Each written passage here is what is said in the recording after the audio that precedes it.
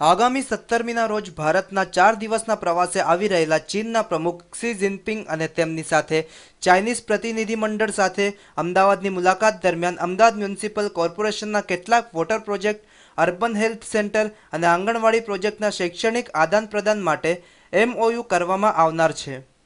કોર્પોરેશનના કરાર હેઠળના પ્રોજેક્ટોના આદાન-પ્રદાન માટે મ્યુનિસિપલ કોર્પોરેશનના વરિષ્ઠ અધિકારીઓ ચીનના નિશ્ચિત શહેરના મેયર અને અધિકારીઓ અમદાવાદ મ્યુનિસિપલ કોર્પોરેશનની મુલાકાતે આવશે અને જે તે પ્રોજેક્ટના અમલ, નિયત સમયની કામગીરી અને સફળતા સહિતની બાબતોનો અભ્યાસ કરી એકમેકના વિચારોનું આદાન-પ્રદાન કરશે।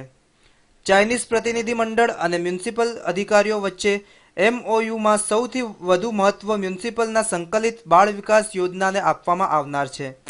આ યોજના દ્વારા અમદાવાદના ઝૂંપડા તથા ચાલીઓ વગેરે પછાત વિસ્તારોમાં રહેતા પરિવારના બાળકો માટે 2034 આંગણવાડીઓ ચલાવવામાં આવે છે, જેમાં 0 થી 6 વર્ષના બાળકો, કિશોરીઓ તથા સગર્ભા અને ધાત્રી માતાઓને તબીબી સારવાર, વેક્સિનેશન, માતૃબાળ કલ્યાણ, રેફરલ હોસ્પિટલ, પૂરક પોષણ આહાર અને પૂર્વ પ્રાથમિક શિક્ષણ સેવાઓનો લાભ આપવામાં આવી રહ્યો છે।